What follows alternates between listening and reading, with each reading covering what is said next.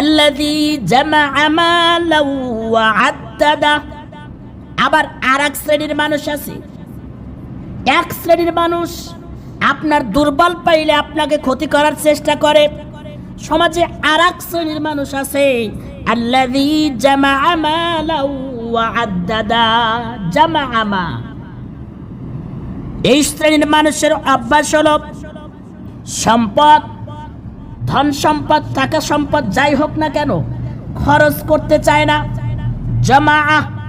জমা রাখতে চায়, একত্রিত করতে চায়, খরচ করবে না। জমা করতে করতে করতে করতে ব্যাংক ব্যালেন্স অনেক হয়ে গেছে, তারপরেও কষ্ট করে চলে, খরচ করে না। এরকম অভ্যাসের মানুষ আছে না নাই? নিজের জীবনের একদম অন্তিম মুহূর্ত পর্যন্ত নিজের ওই টাকা জমা করতে থাকে, তাও চিকিৎসা করে না। আল্লাযী জামাআ মালাও ওয়া আদ্দাদা, এক